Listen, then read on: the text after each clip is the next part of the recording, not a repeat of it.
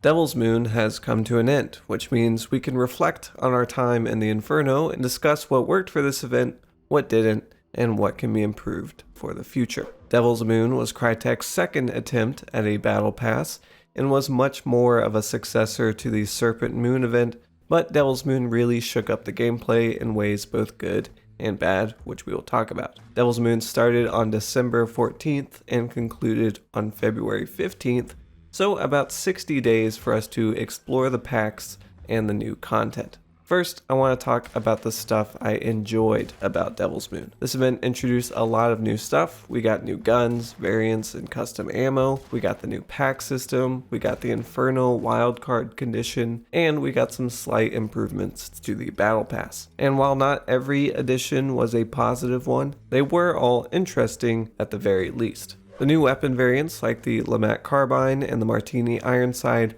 were both welcome additions that have received a lot of positive reception. The Springfield Krag might not be everyone's favorite, but it is at least a little different from the other long ammo weapons. The custom ammo additions for the Bomb Lance and the Pacts have done a lot to improve the utility and identity of both of those weapons.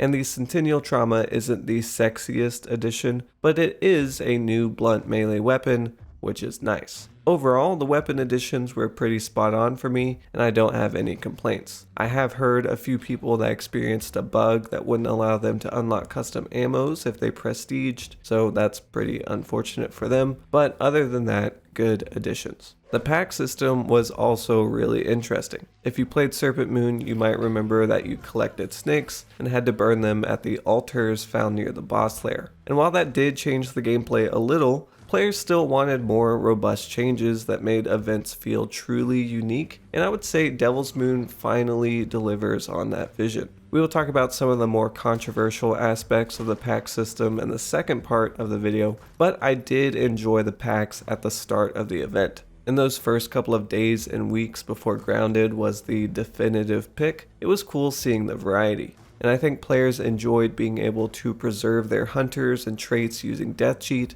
which might not have been the norm across all skill ranges before. And of course, we also got the self-revive for solo players using the Necromancer trait. And while I think all the packs brought something interesting to the table, I do hope we see the return of self-revive for solo players in some form. Maybe not exactly as it was in this event, but some way for solo players to have more of a chance against teams. And most of all, I hope we see more gameplay experiments like the pack system in the future. On to the Inferno.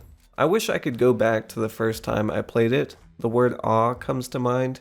Seeing the different maps covered in fire was new and exciting, and navigating their fiery pathways to ambush enemies opened the door for some emergent strategic decisions. I much prefer the Inferno to the Serpent Moon time of day that came with that previous event, and the fact that there will likely be more wildcard conditions coming in the future has me excited. What I also like about the Inferno is no one really expected it or imagined that it was possible or likely to happen. It was just this novel idea that Crytek took and ran with, and I can't think of anything else we have seen that matches that level of visual excitement. Of course, it did get spoiled a little bit by leaks early on, but it was still very cool to see the official reveal. Okay, and one more for the list of things I like. Let's talk about the Battle Pass. I finished the event with 61,307 event points, and with a premium Battle Pass that came with like 10 levels or something. A couple things I think this event got right, especially tied to the Battle Pass and event points, new gameplay, the challenge system, and the level point values. This event was finally not a variation of go around and break the thing. I mean, okay, it kind of was. You could still collect soul traps, but it was also totally possible to gain packs without collecting any soul traps at all. Slower, but definitely possible. If we had to smash effigies for 2 months, that would get old, but this felt like a new approach to gameplay that still embodied the risk versus reward gameplay Hunt is known for, with a few exceptions which we will talk about in a second. But also, the soul traps served as a clue warning too, so you could go to a boss lair and actually enter the boss lair and save the soul trap outside so you knew if someone approached after you started the banish. and I really like that. Now, the event was 50,000 event points total and had 50 levels at 1,000 points each. So, unlike Serpent Moon, where the levels took progressively longer to complete, every level here was the same amount of grind. Now, add to that the challenges offered bonus event points for completing stuff like killing hives with fire or locating boss layers, which meant that smart players could prioritize small missions within each match and progress through the event that way. Both of these things were absolute home runs, in my opinion, and made the Battle Pass seem a little more fair to progress through. And for people that didn't have the time to grind through it, they could also just purchase levels to progress through the Battle Pass, which I also actually really like. Some people want the legendaries tied to the event, but they also have busy lives. If they are willing to pay for the rewards, that is their choice, and that is totally cool with me. That being said, let's talk about the stuff I didn't really like with this event, and we are going right back into the Battle Pass for this one. We saw the return of contracts, which boost event points by 50% for a set period, and they are consumed immediately when purchased. Sure, people can be strategic, and if they know they are going to play for a couple of hours, they can slap one of these on, but I don't know, the contracts have always kind of rubbed me the wrong way. I understand, I just praised purchasing levels. But in my humble opinion, there is a definite value in buying a level versus a random value in buying a contract. Let's talk about the duration though, and this is a double-edged sword. So the event lasted for 60 days, and I will say this event had the least amount of fatigue for me. I didn't reach the point that I was ready for it to end until like early February, and we will talk about those packs, which were the main reason.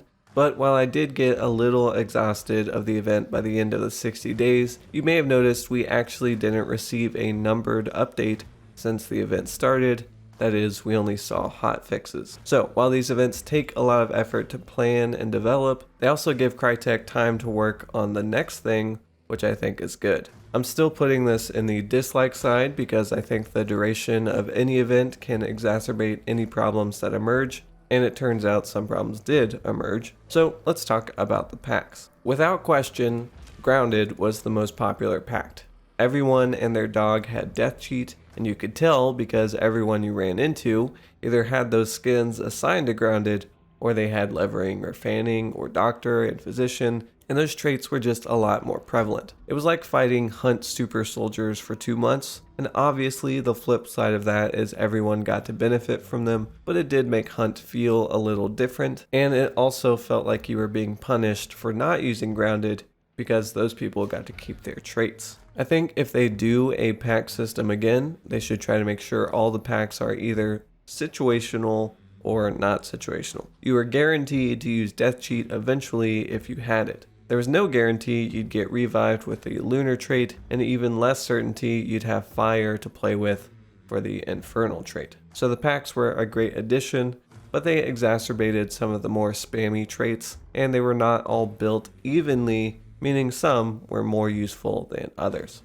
Okay, last thing I want to talk about is the Inferno. I really did enjoy it, and I love that it changes the audio dynamic in a map. But one problem I ran into frequently is the Inferno lighting often meant that when approaching a building with enemies in it, one team had an advantage. This usually meant that the team inside or outside had a harder time seeing the opposite team. So if you were outside, it was harder to see inside because the interiors were so dark, or if you were inside, it was hard to see outside because there was so much fire and maybe you'd get a silhouette, but also kind of darker areas around. It was the worst when the building was near one of the hotspots, but it did make approaching certain windows a pain, pardon the pun. Is that fixable? I'm not sure, but hopefully it's something that gets some future consideration.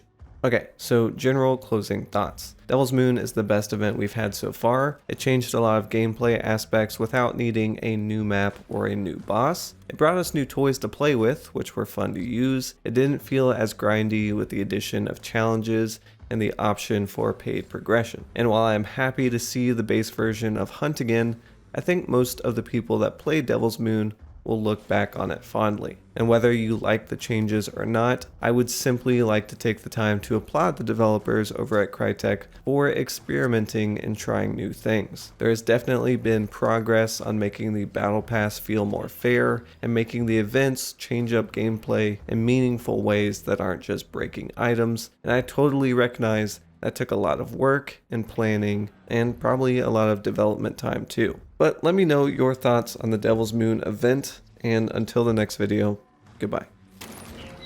Nice one, dude. Good pickup.